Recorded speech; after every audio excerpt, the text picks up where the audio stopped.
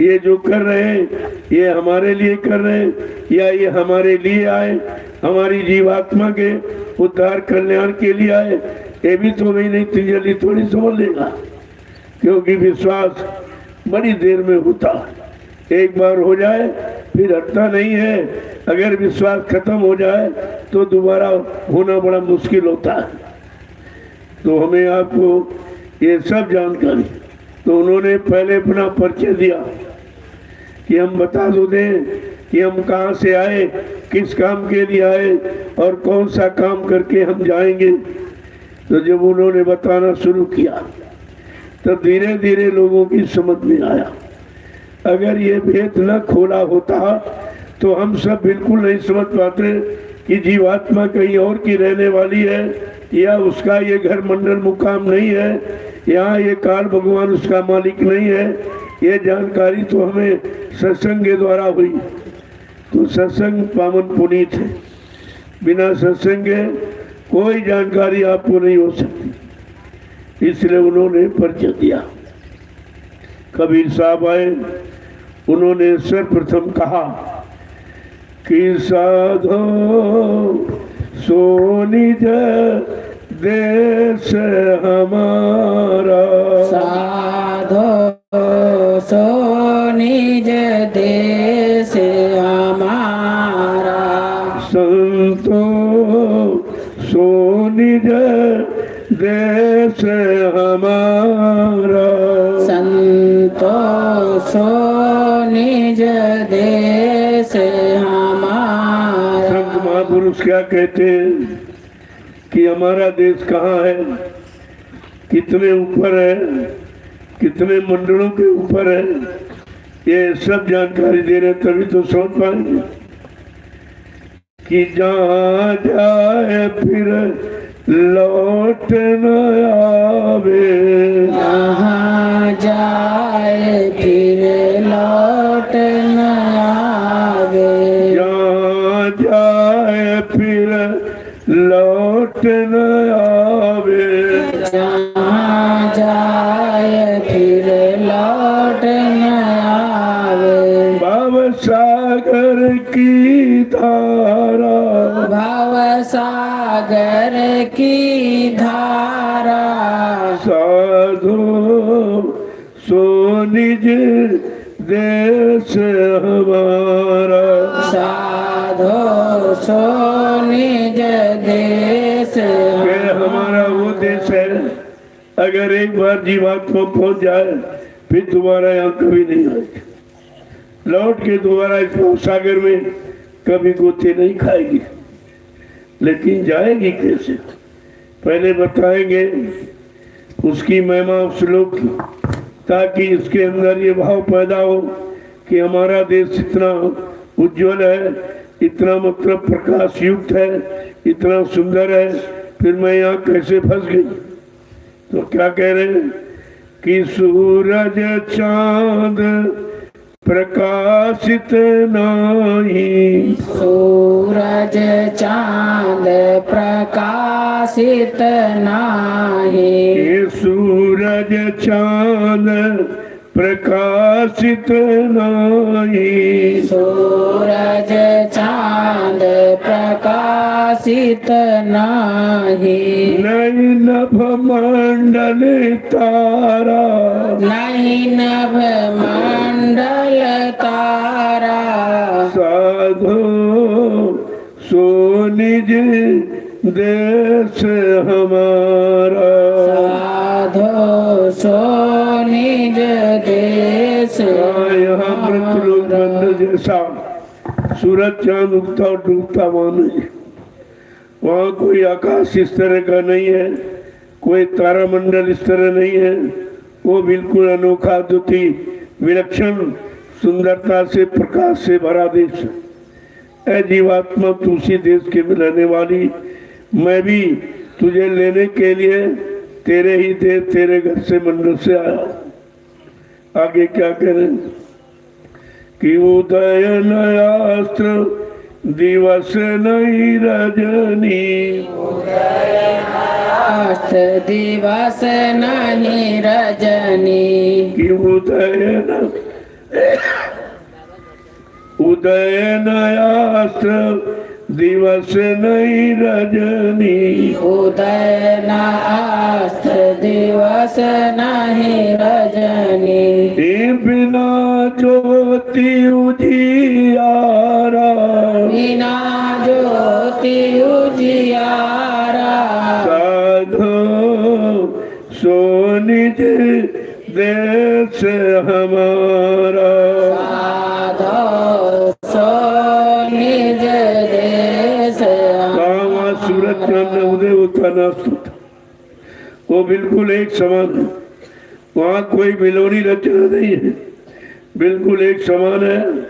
कहते कि वहाँ उदय नास्त दिवस नहीं रजनी, न रात होता न दिन होता, न सूरज चांद उदय नास्त होता। वो तो प्रकाश युक्त इतना अखंड प्रकाश है जो हमेशा एक समान रहता, वहाँ घटता बढ़ता नहीं। और बिना ज्योति उजियारा, इतना प्रकाश जो यहाँ कहीं नहीं, बीच के मंडल में भी कहीं नहीं, इतना वो देश प्रकाशवान है, चेतन है और सुंदर है। किस तरह देखो जगाने के लिए सब बताए, जहाँ की तू रहने वाली उसका परिचय देंगे, और जहाँ तू फंसी पड़ी है भूल ब्रह्म ज्ञानता में वो भी जानकारी देंगे।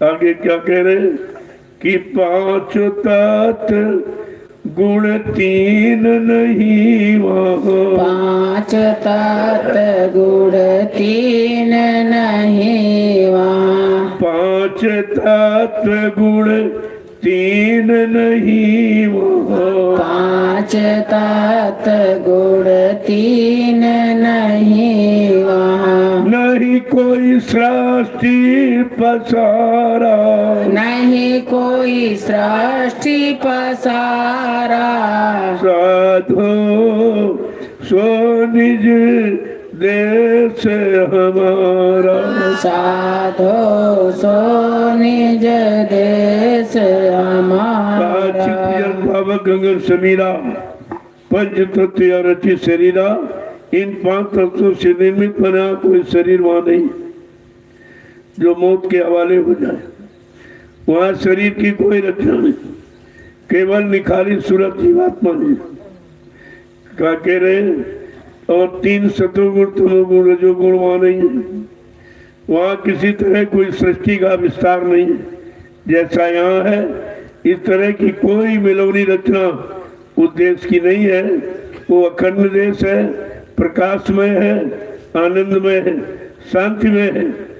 आगे क्या कह रहे हैं कि तहाँ न माया कृत प्रपंच बहु, तहाँ न माया कृत प्रपंच बहु, तहाँ न माया कृत प्रपंच बहु, तहाँ न माया कृत प्रपंच बहु, लोक कुटुंब परिवार, लोक कुटुंब परिवार, साधो सो निज देश हमारा, साधो सो निज देश काल माया की कोई रचना नहीं, काल माया का प्रभुत्व नहीं, अधिकार कुछ नहीं।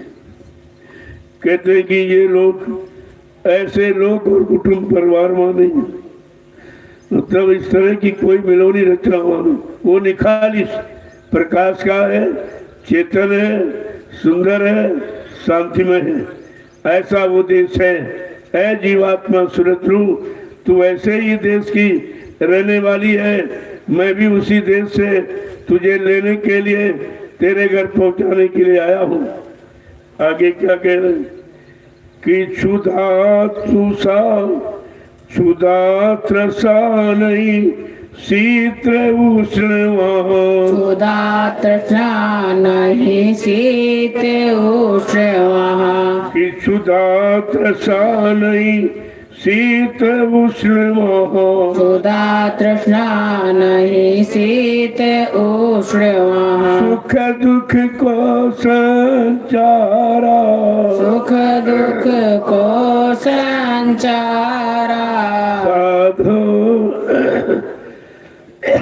स्वनिज देश हमारा साधो सो निज देश कैसे यहाँ जैसा भूख प्यास नहीं लगती। शरीर हो तो भूख प्यास लगे, जब शरीर है नहीं तो भूख प्यास। ये भूख प्यास का भी वहाँ कोई चक्कर नहीं। और कहते हैं कि और वहाँ कोई सर्दी गर्मी बरसात ऐसी कोई ऋतु नहीं है, मतलब कोई मिलोनी रचना वहाँ नहीं है। वो तो निखालिस प्रकाश का, चेतन का, आनंद का, शांति का देश है। कह रहे हैं कि सुख दुख का संसार, वहाँ कोई सुख दुख का संचार नहीं है, न सुख है न दुख है, न आता न जाता। वहाँ अनवरत एक समान, वो समान रहता। आगे क्या कह रहे कि आदि न व्याधि उपाधि कछु नहीं आदि न व्याधि उपाधि कछु नहीं आदि न व्याधि उपाधि कछु नहीं आदि न व्याधि उपाधि कछु नहीं पाप पुण्य विस्तारा पाप पुण्य विस्तारा साधो सो निज देश हमारा साधो सो निज देश हमारा वहाँ कोई बीमारी, वहाँ कोई दुख और सुख, कोई लड़ाई और झगड़ा, कोई गंदा खान पान। जब शरीर नहीं है तो ये स्थिति हो नहीं है। वो तो जीवात्माओं का ही देश है, वहाँ कोई जिसम शरीर नहीं है। इसीलिए न पाप है न पुण्य है, न सुख है न दुख है, न अच्छा न बुरा है। वहाँ इस तरह का कोई माहौल वातावरण नहीं है। आगे क्या कह रहे हैं कि ऊंच नीच कुल की मर्यादा ऊंच नीच कुल की मर्यादा ऊंच नीच कुल की मर्यादा ऊंच नीच कुल की मर्यादा आश्रम वर्ण विचारा आश्रम वर्ण विचारा साधो सो निज देश हमारा साधो सो निज देश हमारा एक बात तो कैसे स्पष्ट कहती।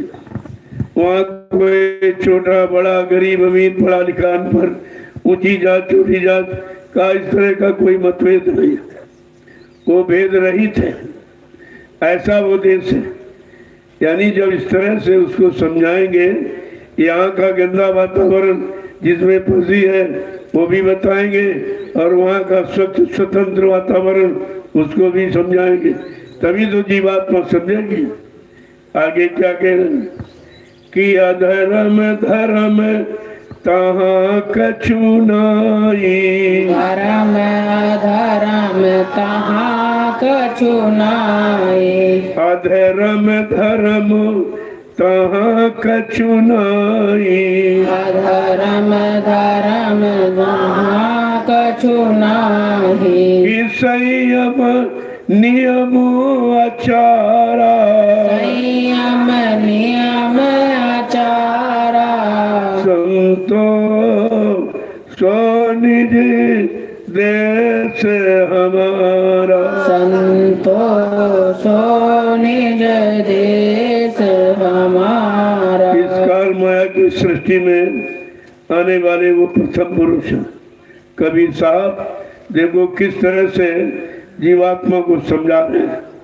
अरे भाई मैं तेरे घर तेरे मंडल मुकाम से आया हूँ, जहाँ की तू रहने वाली है, मैं भी वहीं का रहने वाला हूँ। तुझे काल माया के कर्मों के जाल विधान से निकाल करके तुझे तेरे घर पहुँचाने आया हूँ। क्या कह रहे हैं? वहाँ कोई धर्म अधर्म, वहाँ कोई पाप और पुण्य, वहाँ शुभ और अशुभ, अच्छा और बुरा, ये कुछ नहीं, बिल्कुल एकदम निखालिस। अरे शरीर हो तो अच्छा बुरा पाप पुण्य करेगा वो, लेकिन वो शरीर की रचना नहीं है, केवल जीवात्माओं की रचना। क्या कह रहे हैं आगे? कि अति अभिराम धाम अति सुंदर, अति अविराम धाम अति सुंदर, अति अभिराम धाम अति सुंदर, अति अविराम धाम अति सुंदर, शोभा जासु अपारा, शोभा जासु अपारा, संतो स्वनिज देश हमारा, संतोषो निज देश हमारा। वो अलौकिक अद्वितीय विलक्षण देश है जिसका वर्णन नहीं किया। वो अवर्णनीय है, अखतनीय है, अनिवर्चनीय है। यहाँ कोई उसका वर्णन किया नहीं जा सकता। लेकिन मैं ये कह रहा हूँ कि भाई तुम्हारा देश ही नहीं है, तुम्हारा देश तो बिल्कुल इससे अलग है, जहाँ कोई सुख और दुख, पाप और पुण्य, जन्म और मरण या वहाँ होता ही नहीं है। ये समझा रहे हैं। उसकी शोभा का यहाँ वर्णन नहीं किया जा सकता। और क्या कह रहे हैं?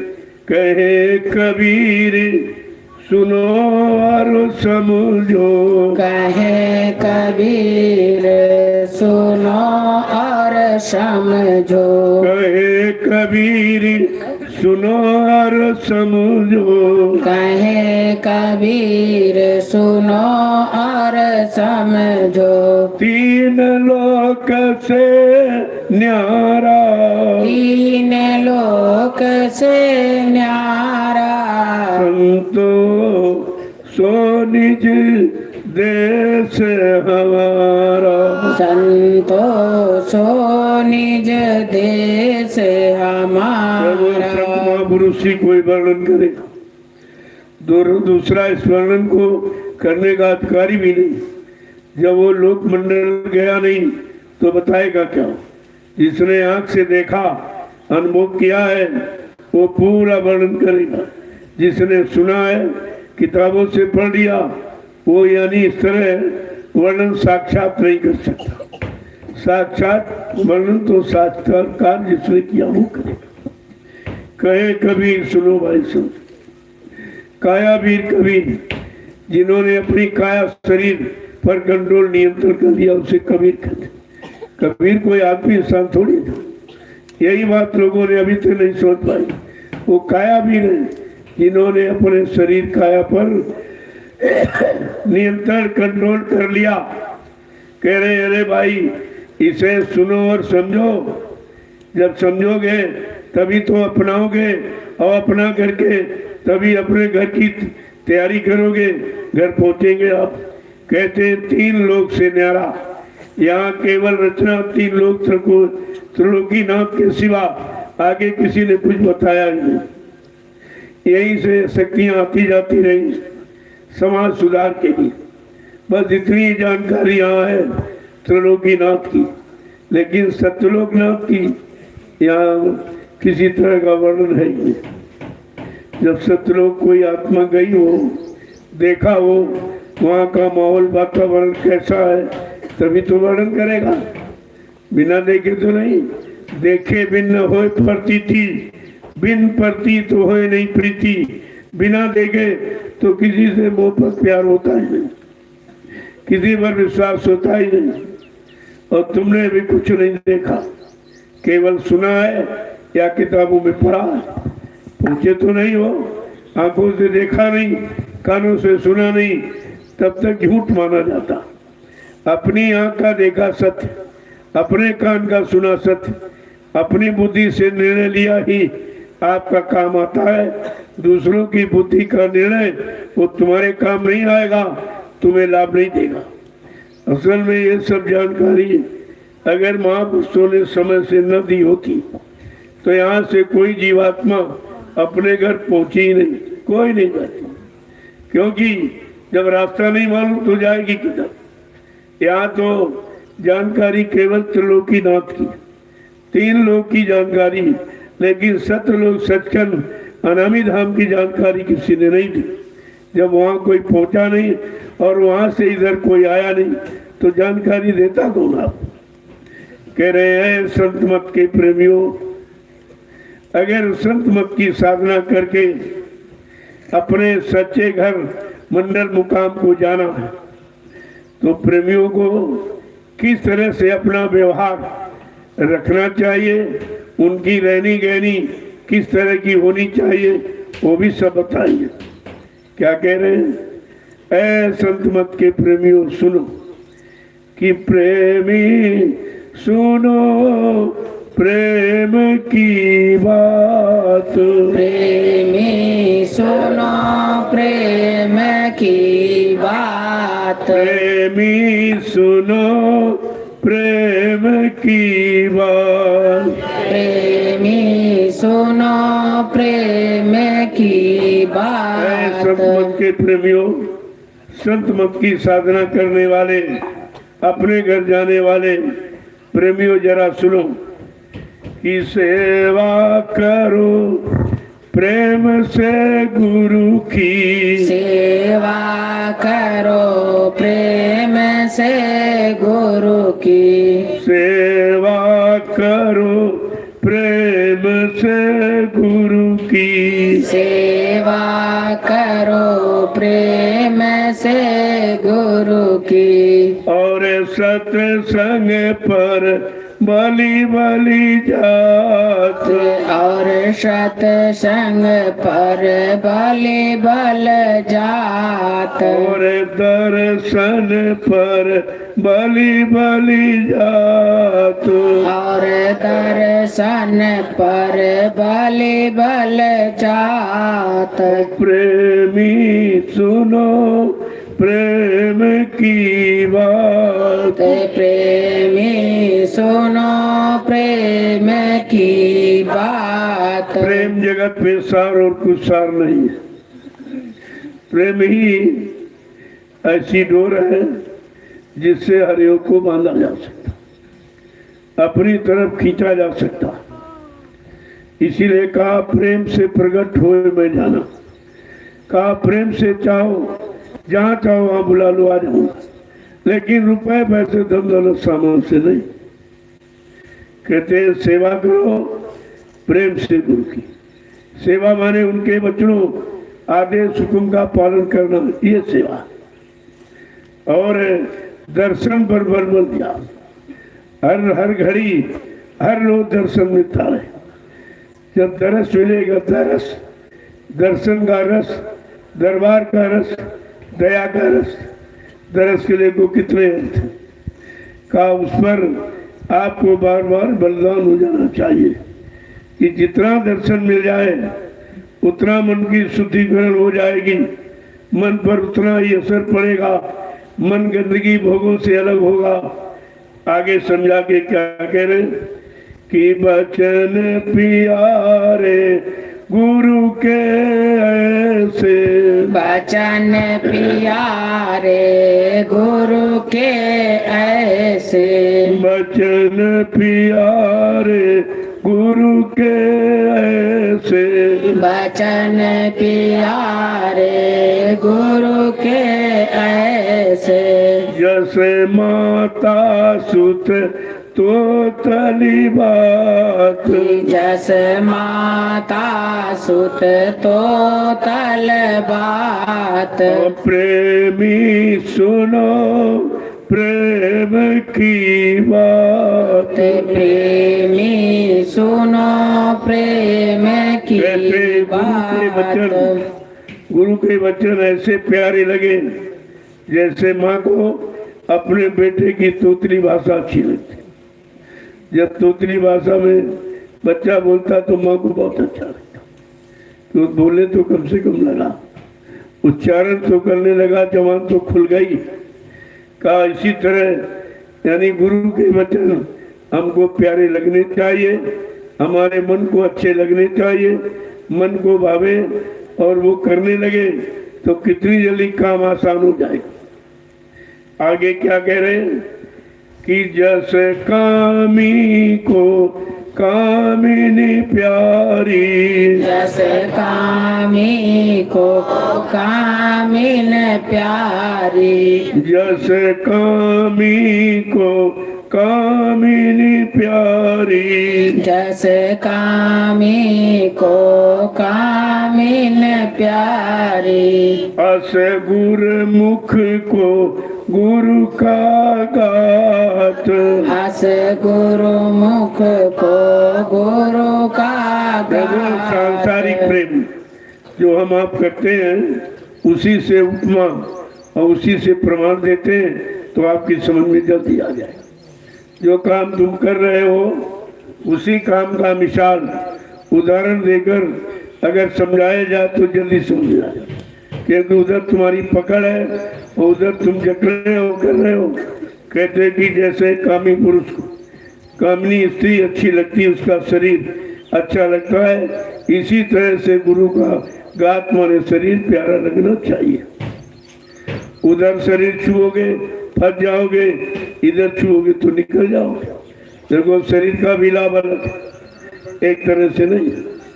आगे क्या कह रहे हैं कि खाते पीते चलते फिरते, खाते पीते चलते फिरते, खाते पीते चलते फिरते, खाते पीते चलते फिरते, सोवत जागत बिसर न जात, सोवत जागत बिसर न जात, प्रेमी सुनो प्रेम की बात, प्रेमी सुनो प्रेम खाते पीते उठते बैठते चलते नाम नहीं बोलना, बिसरना नहीं चाहिए, हमेशा याद रहना चाहिए। जैसे ताजी ब्याही गाय जब जंगल में चरने जाती है तो चरती रहती, बार बार सिर उठा के बच्ची की तरफ देखती, यानी लगाव टूटता नहीं है। वो तो पेट भरने के लिए घास को खा रही जंगल में, कि घास नहीं खाएंगे तो पेट नहीं भरेगा, दूध नहीं बनेगा तो बच्चे को क्या पिलाएंगे, इसके लिए तो ठीक, लेकिन ध्यान बच्चे की तरफ रहता है। इस तरह हम संसार में रहे, कमाते खाते सोते जागते उठते बैठते, ये तो क्रिया शरीर की, ये तो करते रहे, लेकिन हर वक्त गुरु की याद बनी रहे, उनकी याद दिल से बिसरे ना एक मिनट भी, तो कहीं धोखा नहीं, कहीं फंसोगे नहीं, कोई फांस नहीं सकता, कोई भरमा बहका नहीं सकता आपको। अगर गुरु के वचनों को आपने ध्यान से सुना और सुन करके मन को पकड़ाया और मन ने उसका यानी लेना और रटना शुरू किया, तो इस तरीके से बन जाता है, फिर वो निकलता नहीं, फिर उसे कोई भरमा बहका नहीं सकता। अगर आपने सदगुरु के वचनों को ध्यान गौर ख्याल से सुना होता, अपने मन को पकड़ाया होता और मन ने गुणन मनन किया होता और उस पर चला होता, तो आज तुम्हें कोई गुरु से हटाने वाला पैदा नहीं होता। लेकिन आपने कुछ किए नहीं, कानून ने सुन लिया और घर आके वापस लौट आए। जब मथुरा जाते थे लोग तो पहली बार तो सत्संग में गए, वहाँ बैठे और सुना, वहीं झाड़ दिया। जब उठे तो वचन वहीं यानी सत्संग ग्राउंड में रह गया और फट से मार्केट में घुस गया। ये खरीदा, ये लेना, ये खाना, ये पीना, ये चाटना, सब इसी में बेचारे फंसे रहे। बच्चों को किसी ने पकड़ा ही नहीं। अगर बच्चों को पकड़ा होता तो बच्चन तुमको पकड़ लेते, फिर कभी छोड़ते नहीं, तुम उनसे कभी अलग नहीं हो सकते थे और तुमको मिलने वाला लाभ जो गुरु से वो मिल जाता। वो मिलती है दया, बिना बच्चों के दया तो मिलती नहीं, बिना आदेश पालन के दया मिलती नहीं और दया ठहरती भी नहीं। तो आपने तो कुछ किया नहीं, बेचारे देखो सब एक को नहीं समझाया गया 45 करोड़ को, इतनी बड़ी संख्या जनमत किसी के पास है नहीं हिंदुस्तान में, न कोई नेता पार्टी के पास, न किसी महात्मा या धार्मिक संघ के साथ। इतना बड़ा जनमत जिस समर्थ महापुरुष ने जगा के खड़ा किया, हमने आपने उन्हीं को नहीं पहचाना।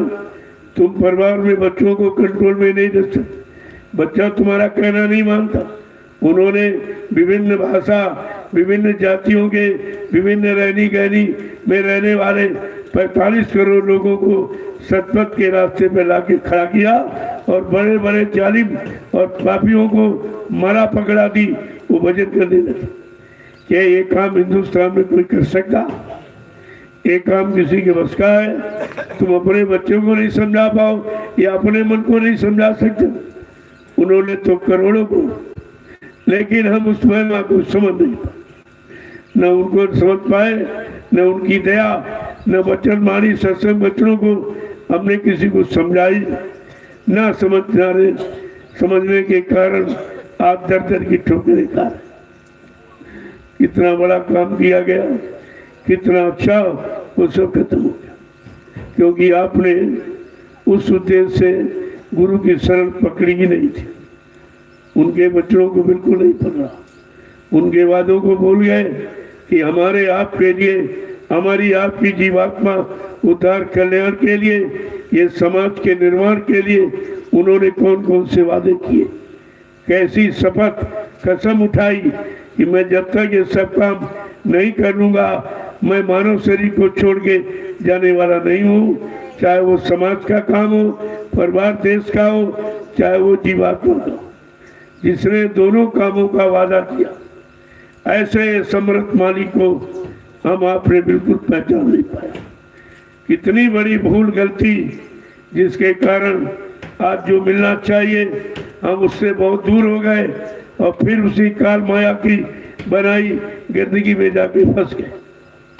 आगे क्या कह रहे हैं कि खटखट रहे बाल जो हियर, खटखट रहे बाल जो हियर, खटखट रहे बाल जो हियर, खटखट रहे बाल जो हियर, दर्दी क्यों जो दर्द समाप्त, दर्दी क्यों जो दर्द समाप्त, प्रेमी सुनो प्रेम की बात, प्रेमी सुनो प्रेम। देखो हमारे आपके अंदर कैसे विचार होने चाहिए, कितनी दृढ़ता मजबूती होनी चाहिए और बच्चों की पकड़ कैसी होनी चाहिए।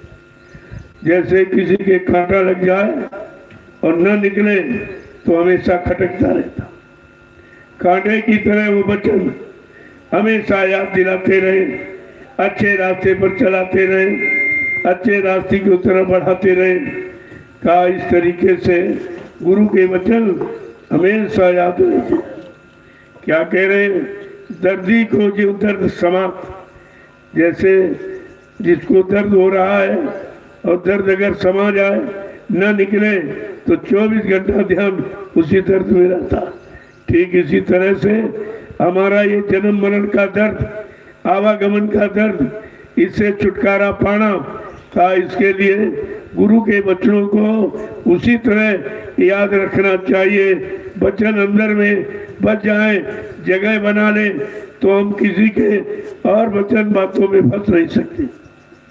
कोई लोभी लालची स्वार्थी हमें आपको अपने लोभ और स्वार्थ के वचनों में फंसा नहीं सकता, अगर हमने आपने गुरु के वचनों को पकड़ा है। आगे क्या कह रहे हैं कि ऐसी लगन गुरु संग जाकी, ऐसी लगन गुरु संग जाकी, ऐसी लगन गुरु संग जाकी, ऐसी लगन गुरु संग जाकी, वो गुरमुख परमारथ पात। ओ गुरुमुख परमारथ पात। प्रेमी सुनो प्रेम की बात। प्रेमी सुनो प्रेम की बात। जिस रहनी गहनी में हम आप रह रहे हैं, उसी को प्रमाण देते, उसी का उदाहरण बना के की तरह समझाते हैं कि ऐसी लगन जिस की गुरु के संग हो जाएगी, उनके बच्चों को पकड़ने की हो जाएगी, बच्चों पर चलने की हो जाएगी, अपने घर पहुंचने की हो जाएगी, का वो गुरुमुख परमार्थ को प्राप्त कर लेता। अगर ऐसी लगन नहीं है, संसार की लगन, संसार के भोगों की, संसार के दूषित गंदे कर्मों की, अगर वो लगन हो गई तो यही 484 लाख नरकों की योनियों से कभी छुटकारा नहीं मिले। अगर बच्चों में लगन, उनके इशारों, उनकी युक्ति में लगन पैदा हो जाए और हम उसको करने लगे, तो धीरे धीरे धीरे एक न एक दिन अपने घर पहुंच जाएंगे। आगे क्या कहना? जब लगे गुरु प्यारे नहीं ऐसे। जब लगे गुरु प्यारे नहीं ऐसे। जब लगे गुरु प्यारे नहीं ऐसे। जब लगे गुरु प्यारे नहीं ऐसे। तब लगे हीरे सी जान। तब लगे हीरे सी जान। कहते जब अगर गुरु के बच्चे नहीं पकड़े और मन को नहीं पकड़ाया और मन की गंदी आदत से छुटकारा नहीं दिलाया, भोगों की लगन से उसे नहीं हटाया, तो ये मानव जीवन हिस्से माने व्यर्थ जा रहा, व्यर्थ बर्बाद हो रहा मानव जन्म, जो हमेशा नहीं मिलता है। करोड़ों जन्मों की तपस्या, करोड़ जन्मों के पुण्य और सेवाएं जब एकत्र हो जाती हैं, तो वो परम पिता परमात्मा एक बार हम सबको मानव अनमोल मंदिर दे देता कि जाओ अब की बार इस मंदिर से तुम्हारा काम हो जाए, और तुम इस मंदिर को भूल गए और जड़ मंदिर में पहुंच गए, जो ईंट पत्थर का बना, जड़ से बना, जड़ता का, वहाँ चेतन का नामो निशान नहीं है। तो चेतन ये मंदिर अब जड़ मंदिर में जा रहा, वहाँ प्रार्थना कर रहा, वहाँ सीधा प्रणाम कर रहा, जहाँ न कोई सुनने वाला, न कोई देने लेने वाला, न कोई दुख दूर करने वाला। तो ये चेतन जड़ में चला गया, फंस गया। लेकिन जब सतगुरु दाता दयालु नाम की युक्ति दे देंगे, नाम की कमाई करने लगोगे, तो जड़े करे चेतन, वो जड़ को भी चेतन बना देता, क्योंकि नाम चेतन है। चेतन देश से आया, चेतन मालिक ने जगाया, हम सब चेतन जीवात्माओं को घर पहुंचाने के लिए। आगे क्या कह रहे हैं कि मन मुख फिरे किसी का नहीं। मन मुख फिरे किसी का नहीं। मन मुख फिरे किसी का नहीं। मन मुख फिरे किसी का नहीं। कहो क्यों कर परमारथ पात। कहो क्यों कर परमारथ पात। प्रेमी सुनो प्रेम की बात। प्रेमी सुनो प्रेम जाके की कह रहे हैं जिनका मन बात।